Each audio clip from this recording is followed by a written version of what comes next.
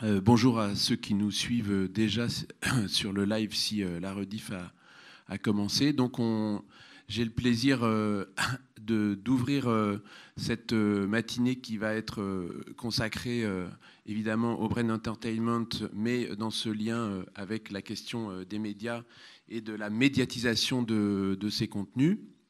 On va avoir 5 cas, je crois, très intéressants.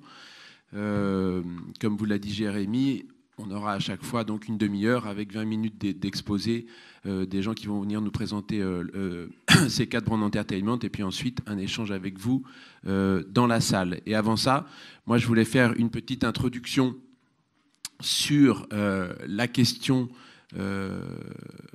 des médias et de la manière au fond dont ces évolutions, voire ces révolutions en cours dont on a cerné les contours là, hier et avant-hier, affectent les médias et comment aussi les médias, qu'est-ce que les médias au fond peuvent apporter dans cette nouvelle façon, ou dans ces nouvelles façons de communiquer, dans ces nouveaux formats. Voilà donc je vais rapidement.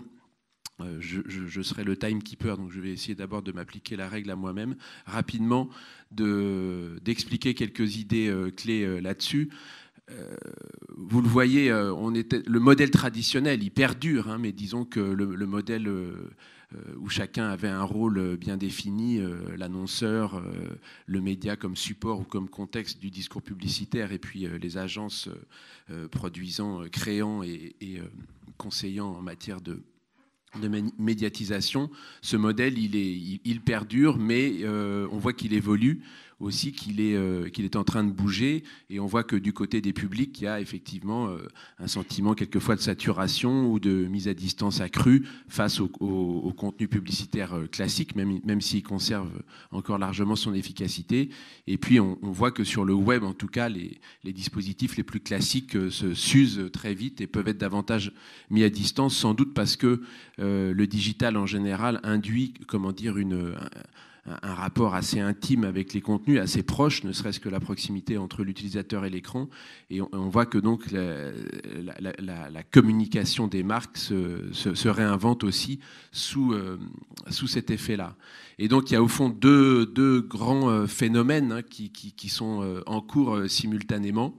Parce que les marques ont bien conscience de ces évolutions, et il y a une sorte de modulation au fond de la rupture sémiotique traditionnelle entre le contenu éditorial et le contenu publicitaire. Alors ça date pas d'aujourd'hui, et puis les publi-reportages, et puis ça fait très longtemps que l'effet de contexte est indissociable de la communication publicitaire. C'est le message publicitaire, il n'arrive pas tout seul, il est porté par un média qui lui fournit un contexte a priori favorable. Et puis aujourd'hui, ces questions, elles sont reprises à travers la notion de native advertising. Donc les deux concepts clés qui m'intéressent, c'est celui de publicitarisation, c'est-à-dire qu'au fond, le média se transforme, s'adapte, met en œuvre un certain nombre de choses pour fonctionner comme un contexte favorable justement au discours publicitaire. Et puis le pendant, c'est la dépublicitarisation, c'est que le discours publicitaire, lui, le discours de la marque, évolue vers des formes hybrides, dont le statut est justement hybride, en euphémisant d'une certaine façon c'est son impératif marchand. Et c'est un peu ce double mouvement, c'est à la croisée de ce double mouvement qu'on va trouver le brand content et le brand entertainment.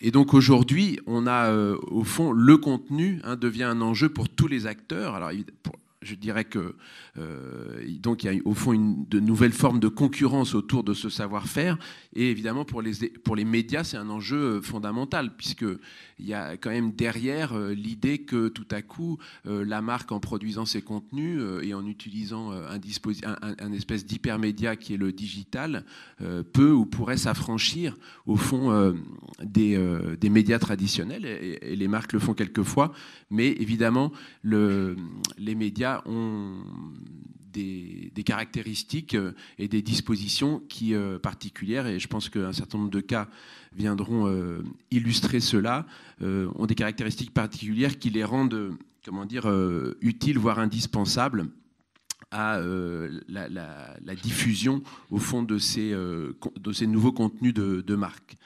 Et donc on voit qu'il y a une certaine efficacité de ces formes de communication. Il y a eu des études intéressantes dans ce sens dans les journées précédentes. Et puis voilà, les deux grands enjeux, c'est l'entertainment, on est au cœur de cette logique, et l'engagement, l'échange, la relation qui se construit à travers ces contenus avec les publics ou les cibles. Voilà, donc il y a aussi avec cette reconfiguration un petit peu des enjeux, des questions qui se posent.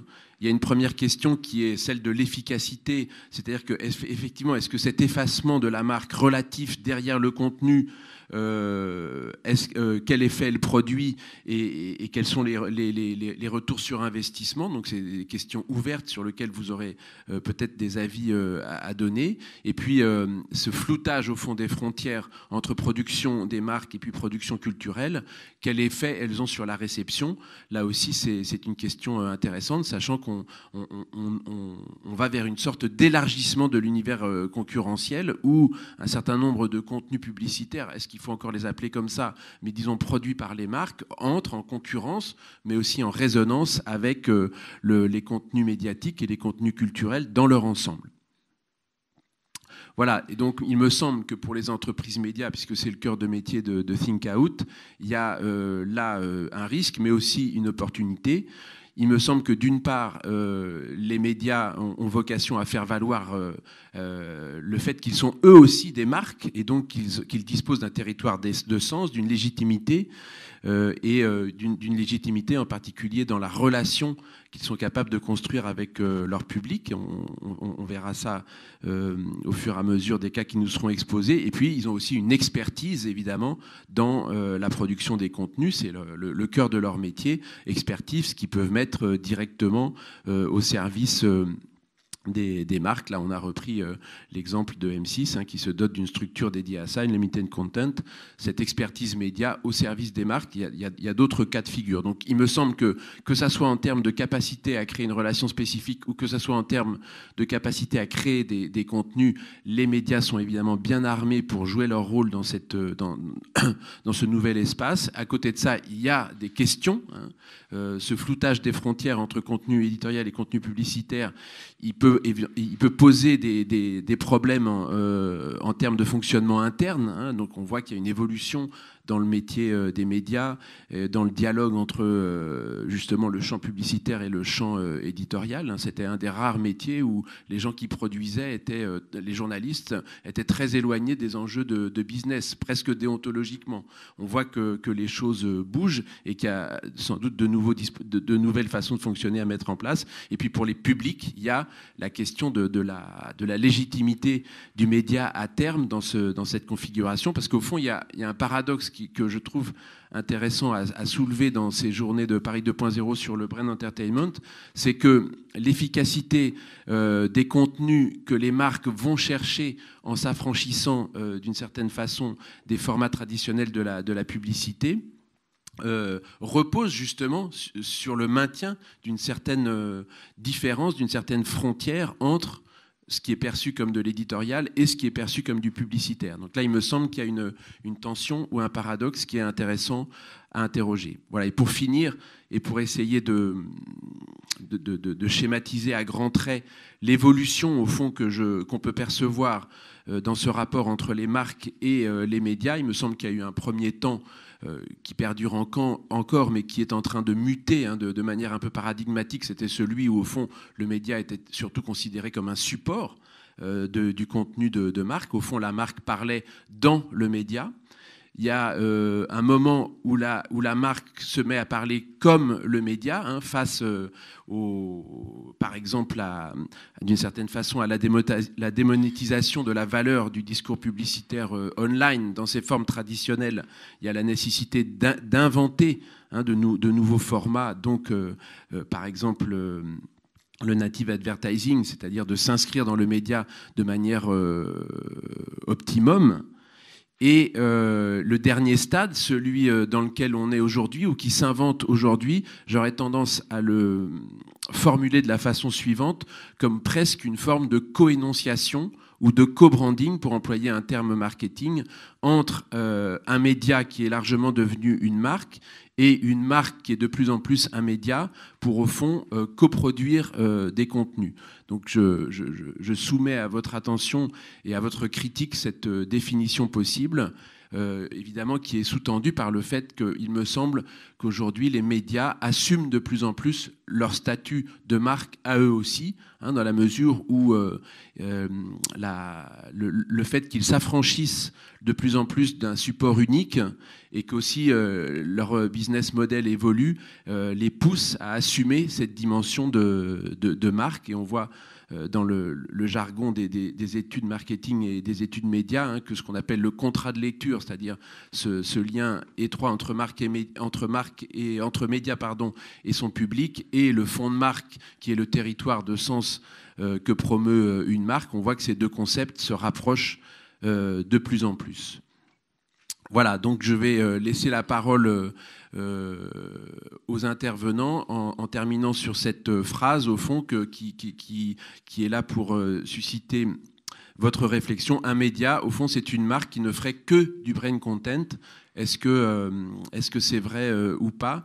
Voilà, en tout cas, la pointe sur laquelle je souhaite terminer cette petite présentation des enjeux qui, me semble-t-il, traversent la question du rapport entre marque, média et contenu.